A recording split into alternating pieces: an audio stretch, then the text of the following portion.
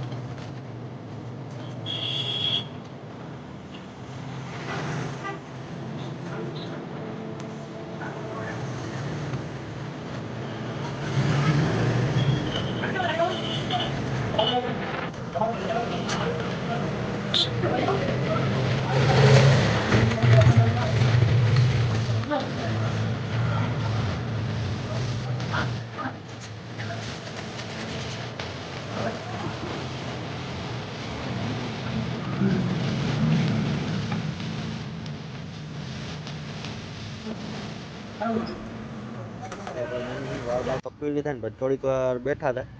તો હવે વાડીએ જવાનો સમય થઈ ગયો. તો બધું વસ્તુ લેવા આવ્યા છે. તો અત્યારે આપણે આવી ગયા અહીં પોસ્ટર લેવા. ચાવડા પરિવાર સ્વાગતનું જે પોસ્ટર હોય ને એ લેવા આવી ગયા છે. તો હાલો એ લઈને પછી જવાનું હોય પાછું.